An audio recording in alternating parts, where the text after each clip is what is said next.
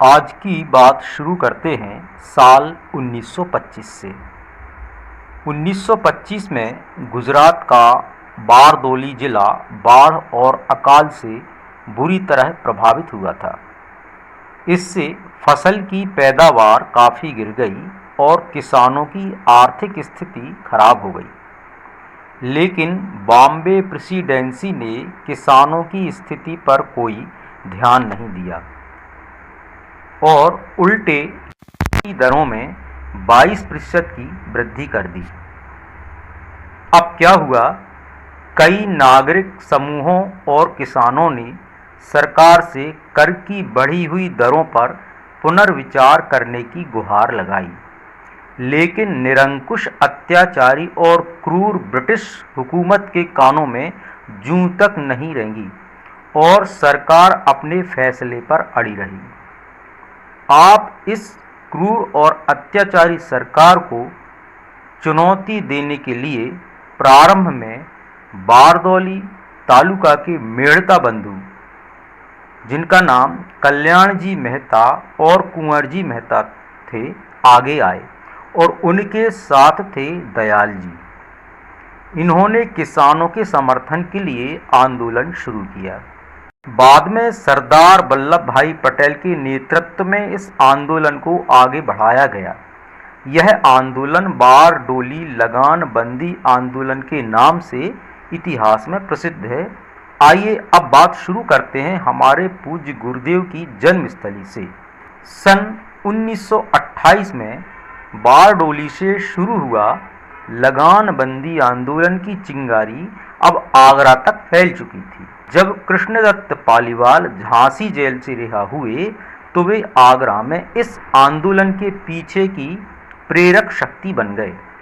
उन्होंने गांव से लेकर तहसील स्तर तक बैठकें आयोजित कीं, कांग्रेस कार्यकर्ताओं को प्रशिक्षण दिया। उन्होंने जमींदारों को भी समझाया कि वे अंग्रेजों के फैसले का विरोध करें और मालगुजारी अदा ना करें। इसके लिए किरावली तहसील के बरौदा और मिलावती गांव को आंदोलन के लिए केंद्र बिंदु के रूप में चुना गया। इसी बीच पूज्य आचार्य जी नवंबर माह में जेल से रिहा हुए।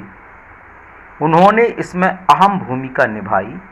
20 दिसंबर को इस संबंध में एक जुलूस निकाला गया, सभाएं हुई।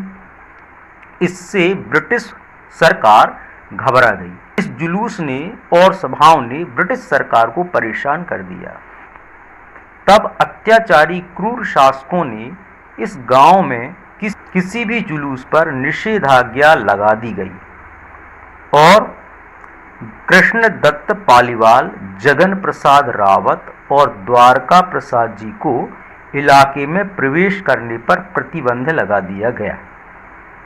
कोई समाधान नहीं निकल रहा था।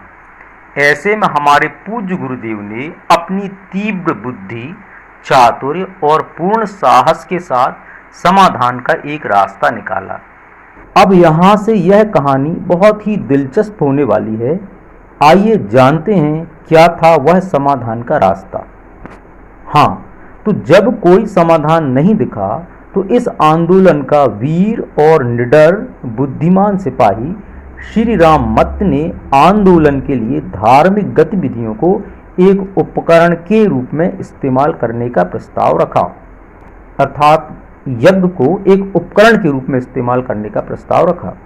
क्योंकि हमारे गुरुदेव की धार्मिक कार्यों में विशेष श्रद्धा थी और उन्होंने यज्ञ को ही अस्त्र बनाने का सुझाव दिया। उनका मानना था कि सरकार धार्मिक प्रथाओं पर प्रतिबंध नहीं लगा सकती। इस दृष्टि से आचार्य जी ने वहां एक विशाल यज्ञ या अनुष्ठान की तैयारी की। 20 दिसंबर की शाम को भारी संख्या में लोग पहुंच गए। समिधा सामग्री और प्रसाद के ढेर लग गए। आगे का किस्सा और भी दिलचस्प है। उस रात यज्ञ का प्रबंध देखने जगत प्रसाद रावत और पंडित कृष्णदत्त पालीवाल ने गुप्त रूप से तैयारियों का निरीक्षण किया और पास के एक बाजरे के खेत में छिप गए और यहाँ ली गई 2 बच्चों की मदद। इन 2 बच्चों की मदद से उन्होंने लगानबंदी यज्ञ से अपना संबंध बनाए रखा। इस अभूतपूर्व कार्यक्रम को देखने के लिए दूर दूर से लोग आए। लेकिन हुकूमत ने क्या किया? रेलवे ने बड़ौदा के टिकट देना ही बंद कर दिए। आचार्य जी के स्नेह भरे आमंत्रण पर लोग कहाँ रुकने वाले थे? वे बिना टिकट ही पहुंचने लगे। अब क्या था? पुलिस ने आक्रमण कर दिया, उन्होंने प्रसाद लूट लिया, कुछ खाया, कुछ बिखराया, लोगों को भारी मारा पीटा, कुछ लोगों को पोखरों में, तालाबों में फेंक दिया गया, धारा 144 लगा दी गई। पर आंदोलन कहाँ रुकने वाला था? न भाषण बंद हुए, न लोगों का आना, और लोग टस से मस नहीं हुए, ना ही लोगों के दृढ़ संकल्प में कोई कमी आई। इस आंदोलन में 50,000 किसान पहुंचे थे। लोगों ने इस आंदोलन में लगान न देने की प्रतिज्ञा की। लगभग 50,000 किसान स्थल पर एकत्रित हुए। पूज्य आचार्य जी के इस कार्य की पूरे देश भर में चर्चा हुई। लोगों ने मुक्त कंठ से उनकी बुद्धि, चातुर्य, वीरता और साहस की प्रशंसा की। पुलिस लगातार प्रमुख नेताओं का पीछा करती रही, परंतु वे लोग अक्सर पैदल या ऊंट पर यात्रा करते थे। रात रात भर गांव में लगान बंदी के लिए प्रतिज्ञा पत्र भरवाते। एक ही रात में वे 8-8, 10-10 गांव का दौरा करते और सूर्योदय से पहले आगरा पहुंचते। अगले दिन के कार्यक्रम की योजना बनाते और थक जाने पर ही आराम करते। इस दौरान गिरफ्तारियों का दौर प्रारंभ हुआ।